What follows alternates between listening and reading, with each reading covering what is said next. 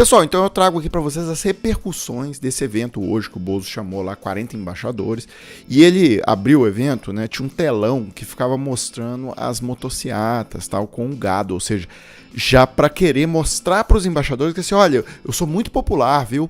Esses 5 mil aqui que me acompanham, aí onde eu vou, qualquer cidade e tal, isso é a prova de que os 220 milhões de brasileiros me adoram. Então a coisa já começou nesse nível de canalice, e aí depois só piorou, porque aí ele abriu a boca, ele se limitou a repetir, ele não trouxe nenhuma informação nova, tá? Ele se limitou a repetir todas as mentiras que ele já vinha dizendo no cercadinho e em outras situações.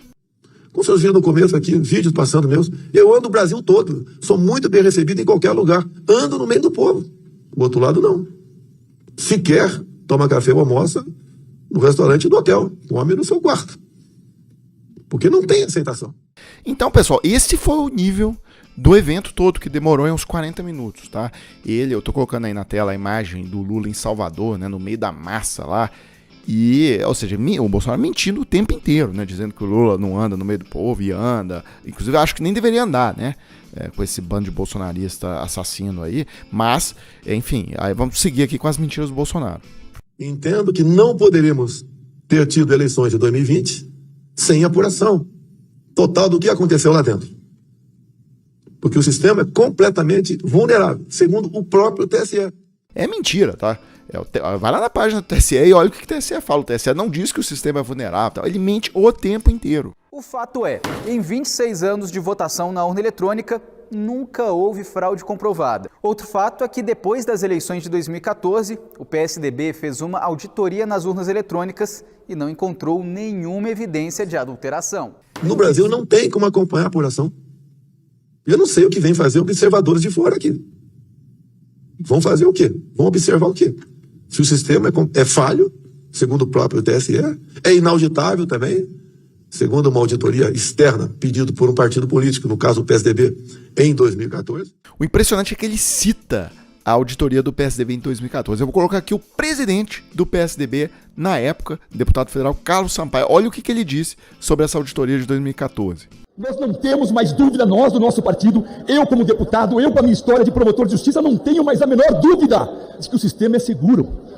Volto a dizer, universidades brasileiras, Ministério Público, OAB, todos os centros de tecnologia das universidades, Forças Armadas, todos integram essa comissão.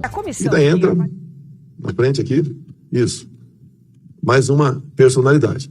Deixo claro, quando se fala em ministro Fachin, ele foi o responsável por tornar Lula elegível.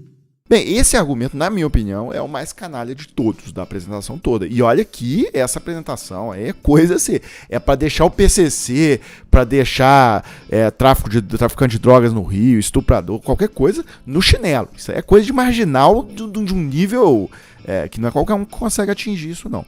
Mas é o seguinte, ele coloca o Fachin sob suspeição, né, de que o Fachin toma decisões a favor do Lula, tal. E eu já expliquei isso aqui uma vez, vou explicar de novo.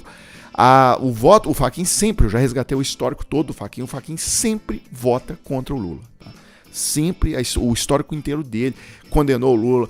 Quando teve o habeas corpus da prisão do Lula, ele votou a favor da prisão. Bem, nesse caso específico que o Bolsonaro cita, tá, que o Fachin anulou as condenações contra o Lula, é o seguinte: tinha o julgamento marcado para o dia seguinte para anular as condenações contra o Lula, porque o Moro era um juiz suspeito. Tá? E aí essa anulação pela suspeição do Moro acabava com o processo desde a fonte, tá? Desde o início.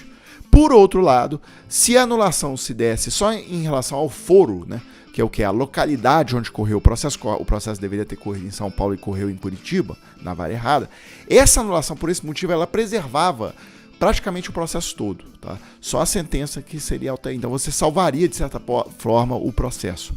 E a manobra do Fachin foi no sentido de prejudicar o Lula, porque ele, um dia antes, tá, que o Moro ia ser condenado por ser um juiz suspeito, tá, um juiz parcial, e ele anulou os processos do Lula pela questão do foro e disse o seguinte: olha, aquele julgamento sobre a suspeição do Moro perdeu o objeto, tá? Não vamos julgar aquilo amanhã. A manobra dele acabou não funcionando, tá?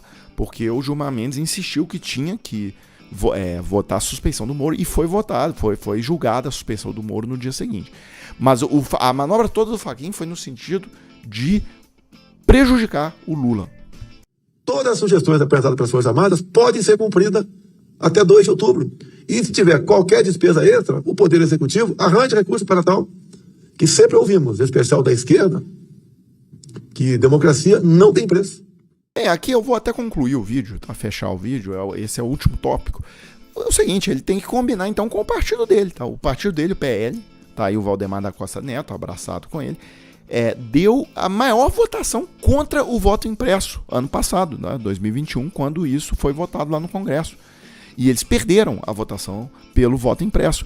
Então, ele tem que combinar. Inclusive, o principal argumento do Valdemar era justamente que era caro o voto impresso.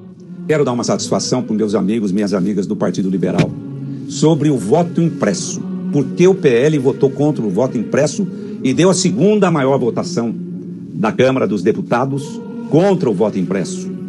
O voto impresso ia custar uma fortuna para o país, essa implantação. Número 2, as urnas já custaram muito para o Brasil. E nós temos controle das urnas. Todas as eleições são sorteadas urnas, que os partidos são convidados, junto com a Polícia Federal, para checar as urnas. Para checar as urnas. E isso não se trata de ser contra ou a favor do Bolsonaro. Se trata de defender os interesses do país. Eu, inclusive, sugiro que vocês assistam a esse vídeo do Valdemar da Costa Neto. Eu insisto, hein? Ele é presidente do partido do Bolsonaro. Esse é o partido do Bolsonaro, PL. Então, eu sugiro que vocês assistam esse vídeo completo, porque ele dá todas as razões por que as urnas eletrônicas são seguras. Ele explica direitinho. Foi uma das melhores explicações. É melhor do que em qualquer vídeo institucional do TSE, inclusive, tá? Foi brilhante o Valdemar na explicação dele. Então é isso, pessoal. Fecha esse vídeo agora. Volto mais tarde aí com mais um vídeo pra página.